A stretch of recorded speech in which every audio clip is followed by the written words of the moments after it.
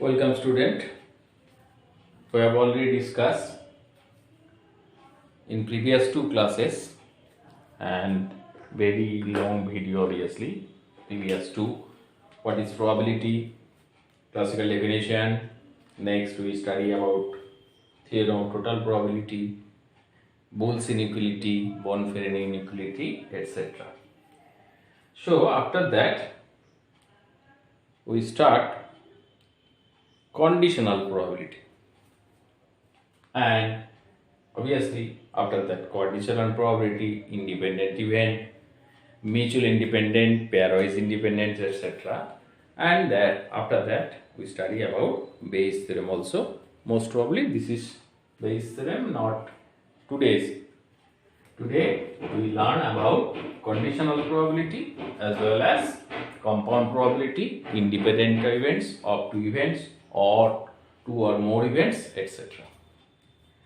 And do few problems regarding this topic and previous topic also.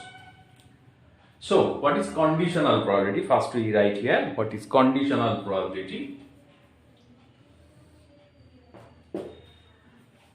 If an event B occurs subject to the condition that the event A has already occurred, then such a probability of B is called conditional probability and is denoted by P of B by A. Subject to B, A has already occurred, so P of B given by A is P of A intersection B divided by P of A. P of A intersection B divided by P of A. We know that probability of any events must be greater than equals to 0. But in this case, PA must be greater 0 or PA not equal to 0. If PA is 0, then it is undefined. So, probability of the event A must be greater than 0. So, P of B by A is equal to P of A intersection B is equal by P of A. Conditional probability of B given by A has already occurred, denoted by P of B by A, that is equals to P of A intersection B by P of A, provided P of A is non-zero. Similarly, P of A by B, just B has already occurred. So P of A intersection B or B intersection A, we know that A intersection B and B intersection are same. Since A intersection B, that is equals to B intersection A, it is known to all of us since it is commutative property. So A intersection B or B intersection A are same. So P of A by B by P of B, provided PB not equal to 0. This is the conditional probability. That means it has already occurred. If we take an example, then it is easy to understand. Suppose in a urn, 3 white ball, 4 red balls are present. We first draw a ball. Assume what is the probability of it will be white? Obviously 3 by 7. If we draw a ball, what is the probability that it will be white? That means 3 by 7. Total number of balls is 7 and 3 white balls. So 3C1 by 7C1, that is 3 by 7. Now first ball is white. What is the probability that the second ball is also white? First ball is white. What is the probability that second ball is also white? If we not replace the previous ball. So obviously in this case, in the second case, total number of balls will be 6 since one ball is transferred without replacement. So second ball is also white, that is total number of balls is 6, and that moment the number of white balls are 2. So it is 2 by 6. So B has already occurred. If it is first ball is red, second ball is white, then the probability will be changed. And if the first ball is white, second ball is also white, the probability not are same. So this, from this case we know the conditional probability. We use the conditional probability. Further we take another example, then we get next compound probability. Compound probability. What is compound probability? The probability of simultaneous occurrence of two events A and B equals to the probability of A multiplied by the conditional probability of B given that A has already occurred. Just this problem also, P of A intersection B is given by P of B by A into P of A. P of A intersection B, that is equals to P of A intersection B into PA into P of B by A. And also it can be written from this also. P of A intersection B is equal to PB into P of A by B. Just from this relation we write this one, and from that relation we write that one. This is known as compound probability. Another name of compound probability is multiplication rule also. It is known as multiplication rule. Okay. This is the definition. Proof it's not required for you, not in your syllabus obviously. If you are any one of the interested, then consult with me later on. Then I will give you the proof. Okay. Next we study about independent event. What is independent event? Independent events. Two events are said to be independent if the probability of occurrence of any one of them is not affected by the occurrence or non-occurrence of the other. I repeat once again. Two events are said to be independent if the probability of occurrence of any one of them is not affected by the occurrence or non-occurrence of the other. Independence. Independence Day. That means it is known to, and we are very close to the Independence Day. Is it? So, occurrence or non-occurrence of the other. That means conditional probability of A given by B, B has occurred or non-occurred, is totally unaffected. That means P of A by B, that is equals to P of A. P of A by B, occurrence of B does not affect on the occurrence of A. Similarly, P of B by A, B given by A is P of B, obviously. Occurrence or non-occurrence of this. Now, if we write the definition of conditional probability P of A by B by the previous one, if we write, this means P of A intersection B by P of B. The definition of conditional probability P of A by B, that is equals to P of A, or we can write P of A intersection B is equal to PA into PB. P of A intersection B, that is equals to PA into PB. To prove these two events are independent or not, we find the P of A intersection B. If P of A intersection B is equal to PA into PB, then we can conclude A and B are independent event. A and B are independent event if P of A intersection B is equal to P of A into P of B. From this also, if we prove from here, P of B by A is nothing but P of A intersection B by P of A, that is equals to P of B, or we can write P of A meet B is equal to, sorry, definition is wrong, it is PA. So PB into PA. That means P of A intersection B is nothing but PA into PB. Then we can conclude A and B are said to be independent. If A intersection B is equal to PA into PB, then A and B are said to be independent. Roughly, we remember this one. If P of A intersection B is equal to PA into PB, then it is independent, and it is not true, then it is not independent. Okay. And I say mutually exclusive and independent are totally different things. Mutually exclusive and independent are totally different things. Most of the student mixing these two. Independent means mutually exclusive means independent, but this is not totally true. Mutually independent, sorry, independent does not imply mutually exclusive, and mutually exclusive does not imply independent. These two are independent. Mutually exclusive and independent are also independent. Okay. So, if we take an example,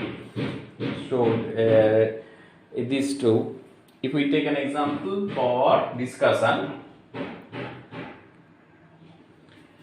draw a card from a full pack of 52 cards. We know that 52 cards, these are playing cards obviously, these are spade, hearts, etc. and already discussed in the previous class which one is hearts, how many black cards are there, how many red cards are there. Now, if we define A be an event that drawing a spade and B be the events that drawing an S. So, P of A how much? It is known to all of you now. If you watch the previous two videos and if not, then it is known to you. So, P of A, how many spades are there? 13. So, 13 by 52. That means 1 by 4. And P of B, how many A's are there? There are 4 A's. So 4 by 52. That means 1 by 30. Now, how many A's of spade? How many A's of spade?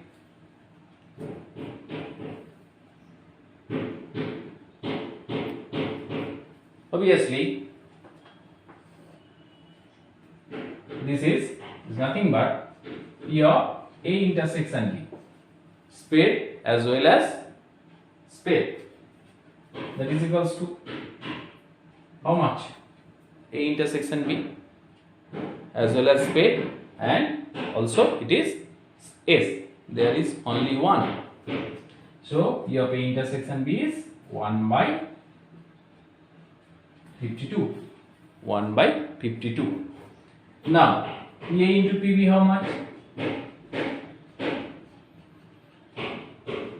We have already known P of A 1 by 4 and P of B 1 by 13. So, 1 by 52. That means P of A intersection B is equal to PA into PB. P of A intersection B is equal to PA into PB. That means A and B are independent. A and B independent.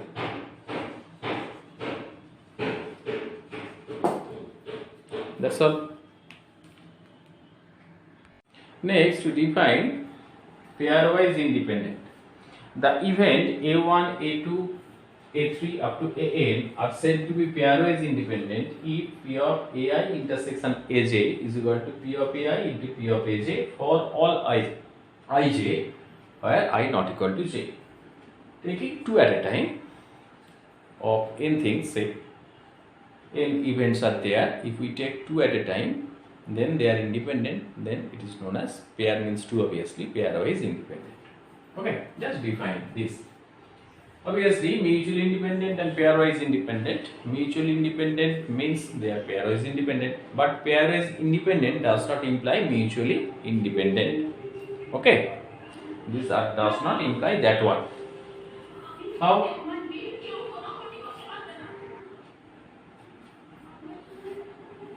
Okay, now prove that if A and B are independent,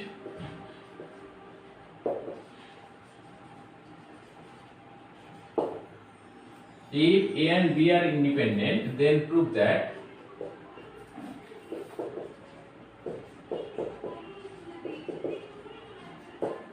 number 1, A complement and B complement are also independent.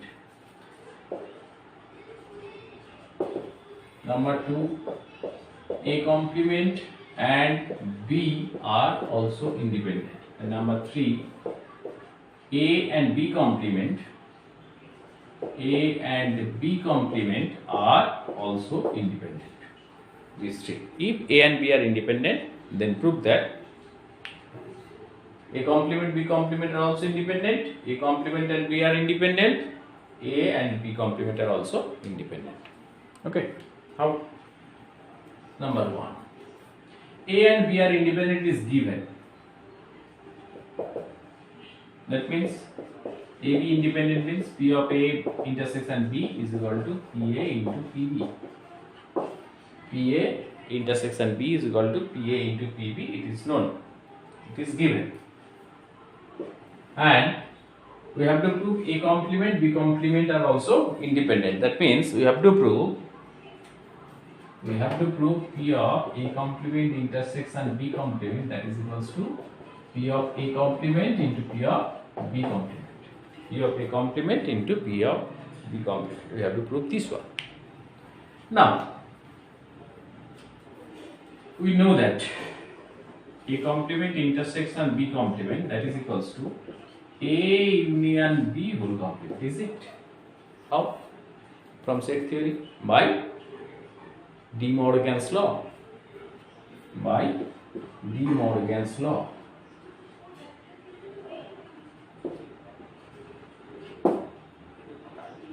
Okay. So obviously P of A complement intersection B complement, that is equals to P of A union B whole complement. It can be written in this way, 1 minus P of A union B. Is it? Since we know that P of any event X, that is equals to 1 minus P of X complement. It is known to all of us now. So P of A complement intersection B complement is equal to P of A union B whole complement, that is equals to 1 minus P of A union B. Now, what is the value of P of A union B? 1 minus this remain intact. This means PA plus PB minus P of A intersection B. This is proved in earlier class. 1 minus PA plus PB minus P of A intersection B. Now, if we open this bracket, then P of A minus P of B minus minus plus P of A intersection B. Is it? After that,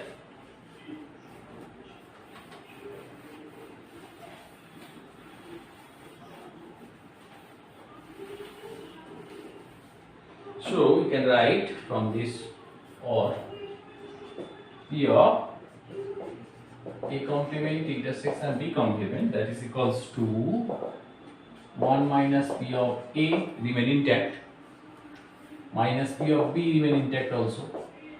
A, B are independent, it is given. So from this we can write this is plus PA into PB, since A and B are independent.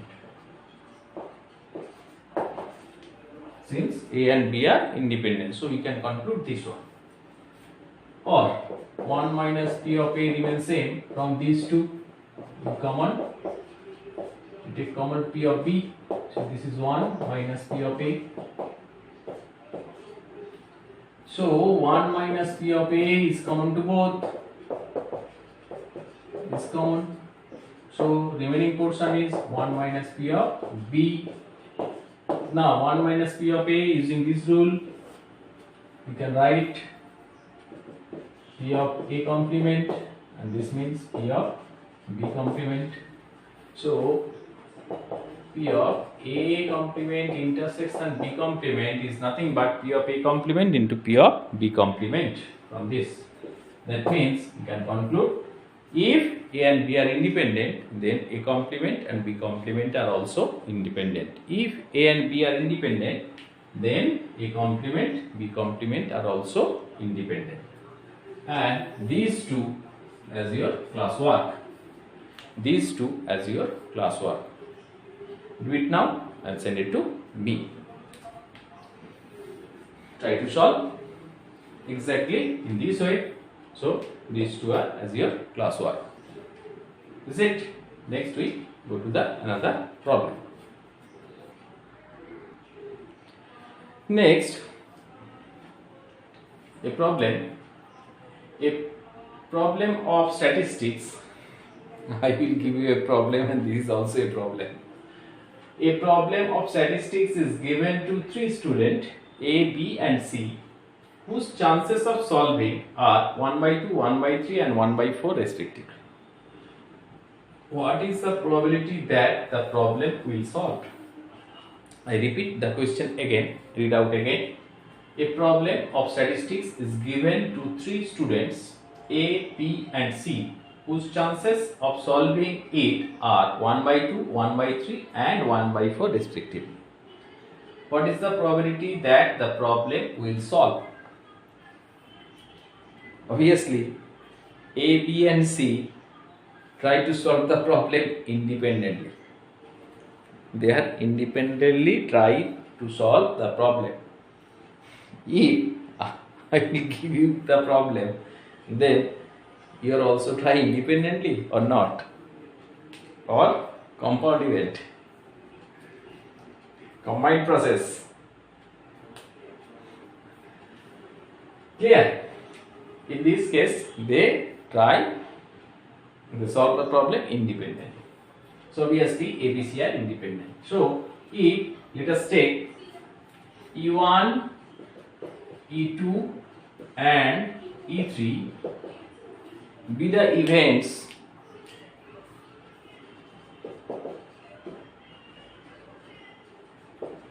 that the problem will be solved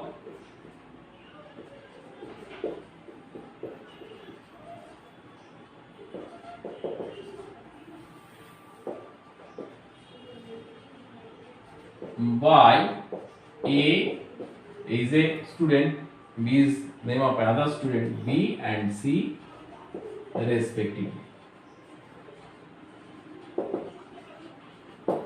So obviously P of E1 it is given in your problem, half P of E2 it is given, and P of E3 it is 1/4.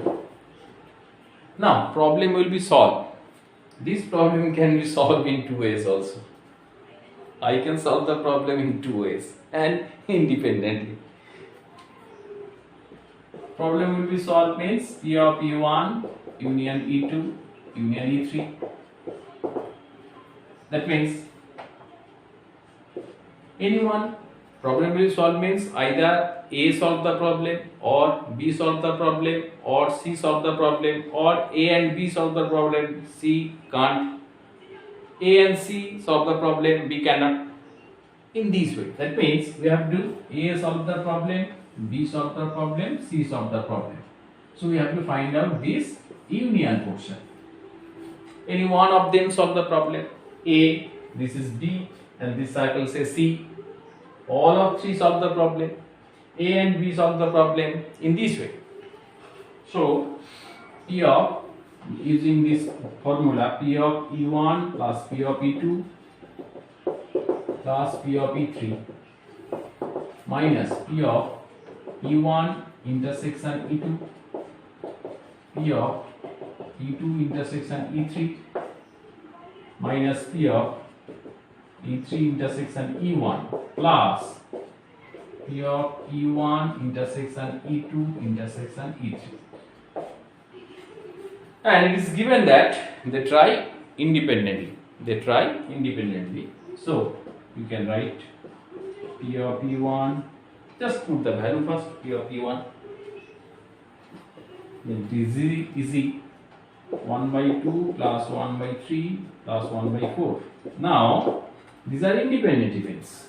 So this can be written in this way: P of E1 into P of E2. E1, E2 independent. Next, E2, E3 are independent. P of E3 into P of E2 into P of E3 minus P of E3 into P of E1, and finally these three are also independent. So P of E1 into P of E2 into P of E3. So 1 by 2 plus 1 by 3 plus 1 by 4 minus P of E1 1 by 2 into 1 by 3. This is 1 by 3 into 1 by 4. This is 1 by 4 into 1 by 2 plus 1 by 2, 1 by 3, 1 by 4. After simplification, we get the answer. After simplification, we get the answer. Okay, just solve it and we get the answer. But we solve the problem more easier than this one. How? First copy it yourself, then the next another way we can solve this problem again. We have to find out either problem will be solved means either A solve the problem or B solve the problem or C solve the problem. Any one of them solve the problem. I just wrote this portion.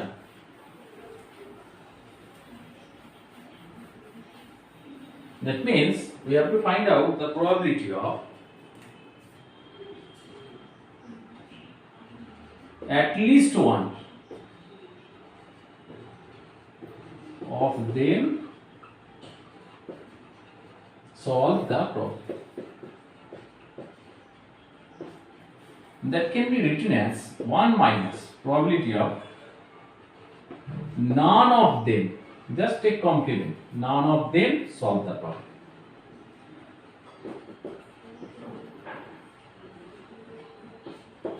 Problem will be solved means at least one of them solve the problem. That is 1 minus none of them solve the problem. So this is nothing but 1 minus probability of first one E1 can't solve the problem and E2, that means B cannot solve the problem, as well as C can't solve the problem. E1 complement, intersectionality complement and E3 complement. We have already proved if AB are independent, then A complement, B complement are also independent. So in this case E1, E2, E3 are also independent. So 1 minus P of E1 complement, P of E2 complement into P of E3 complement. 1 minus E1 complement, E1 is half, so E1 complement is half also. P of E2 is 1/3, so its complement is 2 by 3, and E3 complement is 3 by 4. 3 cancel out, 2 cancel out, 1 minus 1 by 4, that means 3 by 4. Calculation is easy. This one or previous one, which one is easier? Obviously this is easy. I think that's so. If you interested on the previous one, do it. That's all for today, and already 2 problems are given to you. Try to solve and send it to me, and in the next day we start Bayes theorem. Okay.